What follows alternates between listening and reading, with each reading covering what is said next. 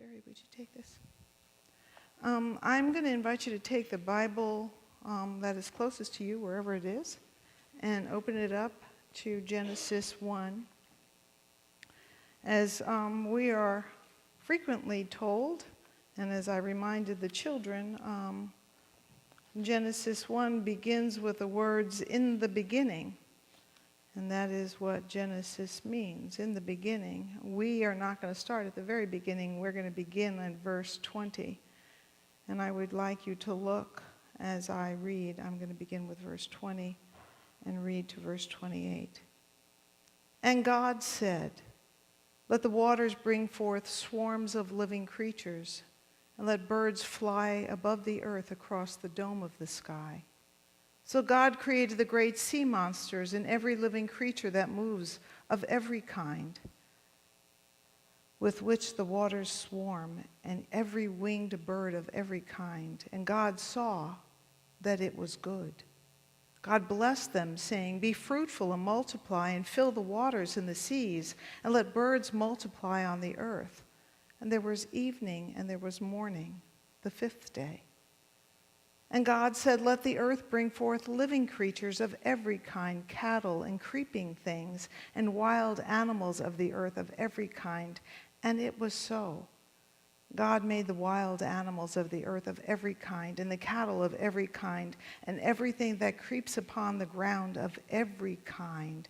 And God saw that it was good.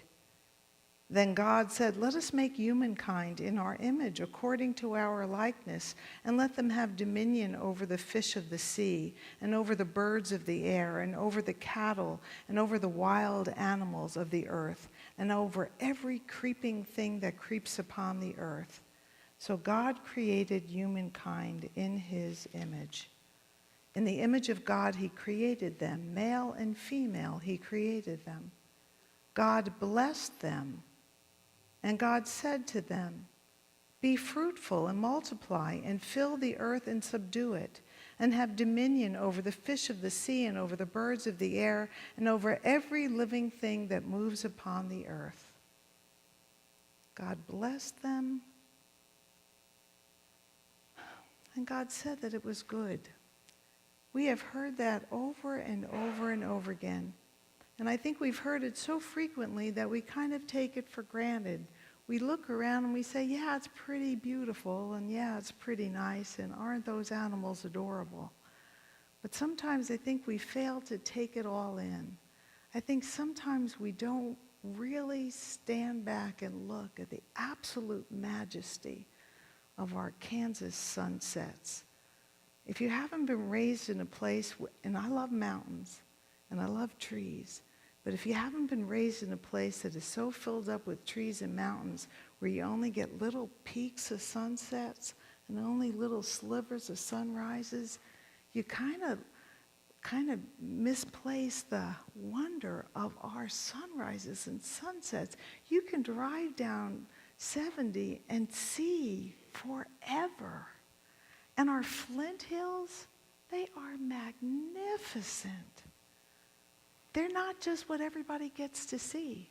I love the ocean, and you hear that from me all the time, but that's just one way to see the expanse of God's creation. We've got the Flint Hills, and they are gorgeous and glorious. And if you have nothing to do some morning and just before 7 o'clock in the morning, come over to the parking lot with Sherry and I. I developed this little routine when I show up in the morning. And I frequently have conversation with the blackbirds that perch on the lights in our parking lot. And I did that from the very beginning when I came. And so I just started talking to them. And so now they converse with us.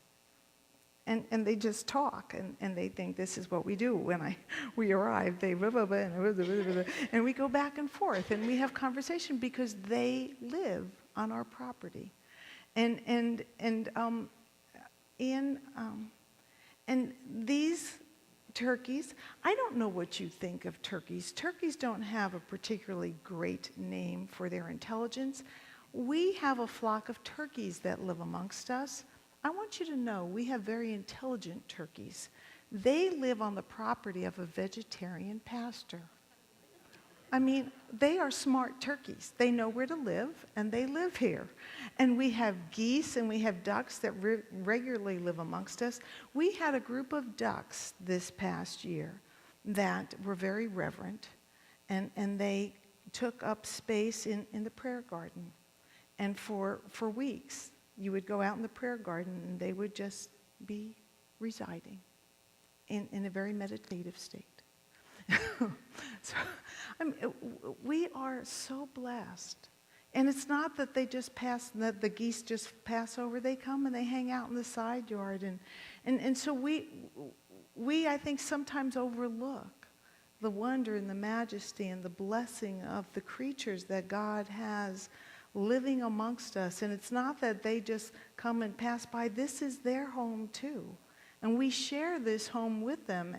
And this home that we have dominion over, I love that this is the NRSV version, but in the Common English Bible version, which we often use in the sanctuary because that's what we use in the children's curriculum, it says, take charge of. And in some ways I like that better because, it's not domination. And that's the reason I sometimes fuss with the word dominion, because we kind of get it confused. We don't dominate. We kind of take care of. God invited us to be partners with God in the care of creation. And that is something we've been talking about all year, all throughout 2018, that God has given us this great privilege to be partners with God in the care of creation. And as we care for all of God's creation, we are invited to make sure that the air is a little bit cleaner and that the oceans are cared for and that the earth is cared for. It's important that we pay attention what we pour down our drains. We can't just pour down anything down our drains like we used to when we weren't thinking about it, we didn't know any better. And it's important what we emit out into the air because, this air is going to be the air we're breathing, and it's not just us breathing, it's our creatures. And the birds in the air and our pets and all of the animals. And we need to be responsible for the care of God's creation. And we are the people that can make a difference in the world that God created for all of us to enjoy. And I truly believe that we can, each one of us, make a significant difference in the way that the world can move forward if each one of us took a stand in some particular area. And, there are many things that we can all do. But the first step is to do one thing. And so, I recently gave a program for the United Methodist Women, and we were talking about the goals of the United Nations. And we need to think about our sustainable resources, and we need to think about some goals that we can take as larger groups of people. But what if each one of us starts thinking about just the containers we buy things in? What if we start looking about the things that are biodegradable? What if we start thinking about the products we buy and make sure that they're products that are more earth-friendly? Each one of these things makes a difference. What about if we think about where we adopt our pets from? It all matters. Each and everything, every choice we make. When I go over and I listen to Miss Gabby, our school-age director, talk to the kids, and she says, each and every one of your choices has a consequence. And some of those consequences are very good, but some of them aren't. But each one makes a difference. And so make all the choices that have good consequences on the rest of your life. And that's true for us as adults. We can make choices that make a difference in the world, and those differences are for good. And so I want us as a faith community, as we are trying to be better stewards of God's creation, to think about all the things we can do each and every day. If we can walk a little bit further and get to somewhere. It's hard out here. there's not very many places we can walk to, but those times when we can walk and do something, or those times when we can not throw something away, when we can use the bags that we bring, the reusable bags, everything that we can do, every single choice that we can make, every item that we could reuse or recycle or renew makes a difference. One of the things we've had in our outreach hall for years are 2 boxes that we bring the items to the shelter. But, we bring clothes that can be worn, and then we also bring the clothes that are beyond use, but we know that they can turn them into a good source of income because they can be recycled. And every single time that we make these choices, we partner with God in God's ongoing creation to be good stewards. So the challenge for this week is for each one of you to commit to take one step to be a better steward. One step to be a better steward of God's creation. Think about the water. Think about the earth. Think about the air. How will you be a better steward of God's creation? I know you are caring for your pets. I have no doubt in my mind that you will continue to be good stewards of the creatures that you share your world with. Pray for them each day.